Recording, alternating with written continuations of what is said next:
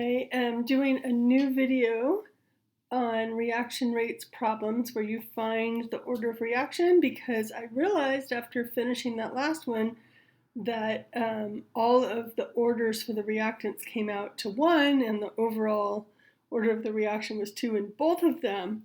So I wanted to show you a couple of other reactions that have orders that are different. So here's 2 more problems to go through. The tables look the same. We have the concentrations of the 2 different reactants and the initial rate. Notice how this is labeled differently. It's usually initial rate, but it's just going to say something about rate.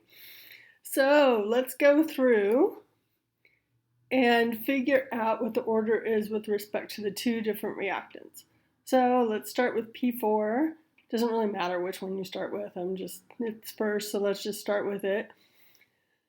So we're trying to figure out what effect this has on the reaction rate. So we want this one to change, and we don't want any of the other reactants to change.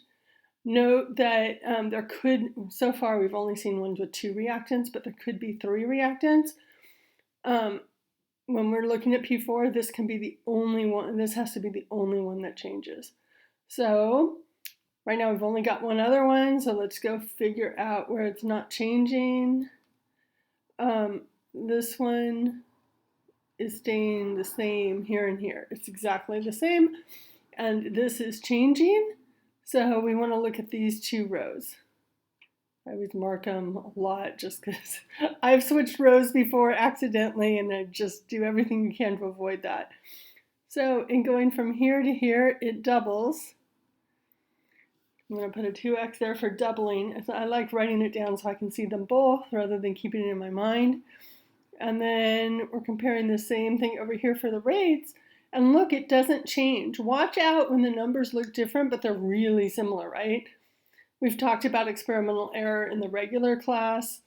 There's random error, numbers usually vary. You don't usually get exactly the same one every time, so you have to consider things like this the same. Even if you had one that them a little more different, if they round to the same thing, you've just got to say that they're the same. So don't worry about that. So the thing is that we could say this is 1x, we can say it doesn't change, and this is a 0 order reaction. It kind of, I don't know, to me those things go together, that if you change the concentration, it has no effect at all. That kind of matches for 0 order. And these things are going to be exponents.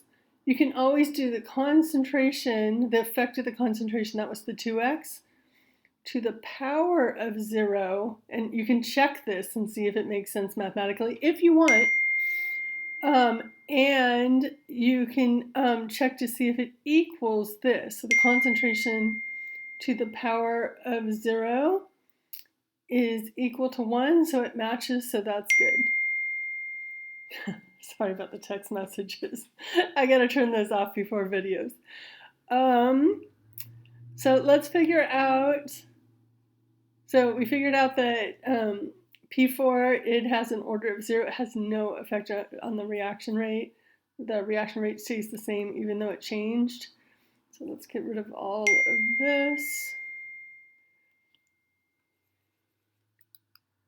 Eraser, where'd you go? It gets mad at me if I lift the pen. Okay, so let's figure out for H2, more stuff to erase. Boy, this text just keep coming.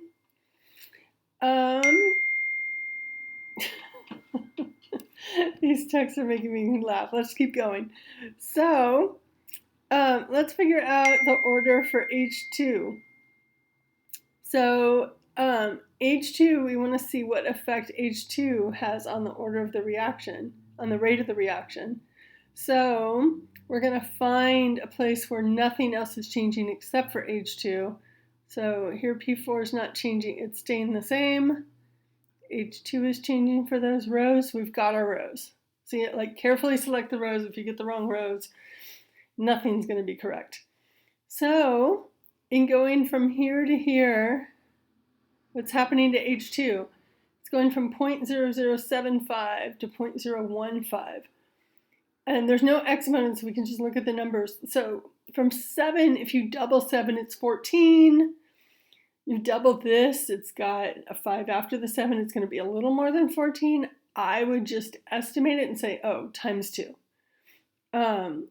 Notice how 2 times is a favorite one. It's not always going to be that one, but you know, it happens kind of a lot. So then let's see what happens to this one. And remember, if it's in scientific notation, check the exponents first, because sometimes they're different. So far they've been the same, but I promise you, sometimes they're different. 10 to the minus 4, those are the same. So we can just see what's happening with this, the regular part of the number, 3.2 to 6.4. That's 2 times. And so what is the order? We can do this thing of the concentration to what exponent is equal to the initial, so the effect on the concentration, the effect on the initial rate, that's got to be an exponent of 1. So this, for H2, it's first order. Our exponent becomes 1. So let's write the rate law. Remember, this rate law is always the same form, and this is nice on this test. It's basically open note. So you can have this rate law written out, the standard form, and then you can just look at it really quick. But you have to be able to find things quick, so I'm gonna start giving you notes that you can write things on. I'll give you the template with a lot of stuff on there, and you can add stuff like your notes, and you just want to be really familiar with them. So I've got to start giving those to you soon, but I just want to get a bunch of the material out first. So we always have this rate is equal to the little k times these concentrations. And then this one was power of 0. And H2 was to the power of 1. And anything to the power of 0 is 1. So this is just k times 1 times H2. And we tend to leave out 1s. So you really, like, this is correct, but it's not as sophisticated. On the AP chemistry test, you want to really write it like this. So that is our rate law. Rate is equal to K times the concentration of H2. Okay, let's go look at our other one. Second problem. So let's do this whole thing again. Let's find the order for S2. Looks like it's on the pen. Good. So we're looking at the change in S2, which means that we want to find a place where the other reactants aren't changing. These two aren't changing, and so we're looking at these 2 rows. And what's happening, by how much is it changing? So this is 3 times. Ooh, we got a different number. And you can do that fast in your calculator, or just see if you can come up with a really good guess. I can just see that's 3 times. You could do 0.75 divided by 0.25 to see how much, what multiplier, what factor it's different by. I guess that's the best math way to say it. And then how much is this changing? So it looks like maybe about 10-fold. Huh, interesting. Let me do that one really fast. I did not do these ahead of time, as you can tell. So I am doing what I just did in my calculator. Let me see if I can get this pen working again.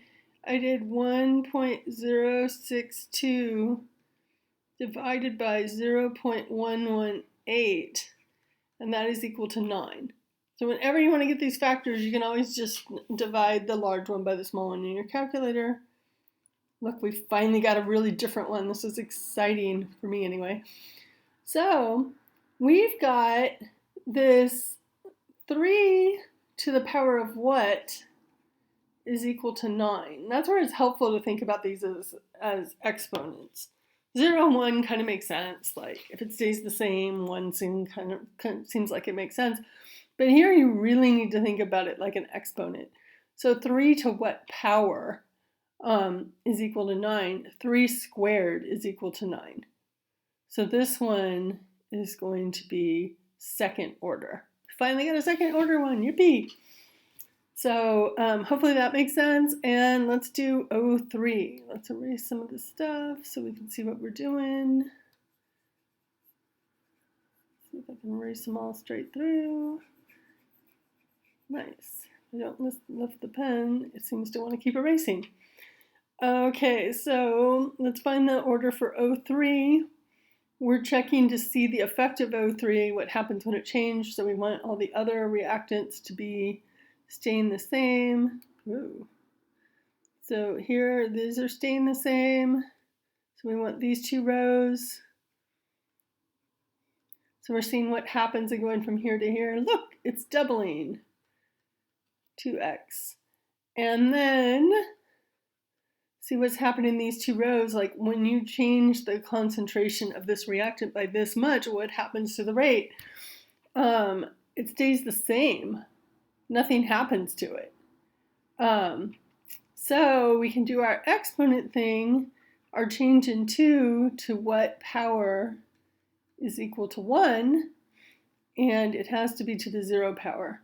Nothing's happening. Anything raised to the 0 power is equal to 1. So this is 0.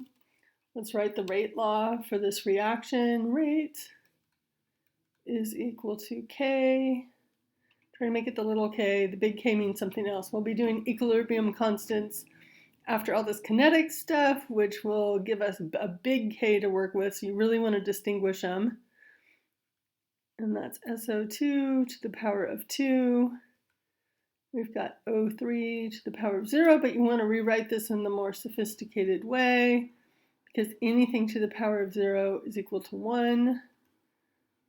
So you really don't want to leave it there. So this one just becomes 1, so it disappears. So we've got rate is equal to K times the concentration of SO2 squared. And that is your rate law. And we haven't been mentioning the overall rate of the reaction, or overall order. Let's just write this one in here to remind you, is equal to 2. 2 plus 0, so our overall order is 2. All right, I hope this is making sense. Please ask me questions. I'm always happy to do explanation videos. Yeah, and I'm going to start giving you FRQs where you're actually doing this in the context of what you need to do on the test, but it would show part of an FRQ could look like this. Okay, do great things. Bye.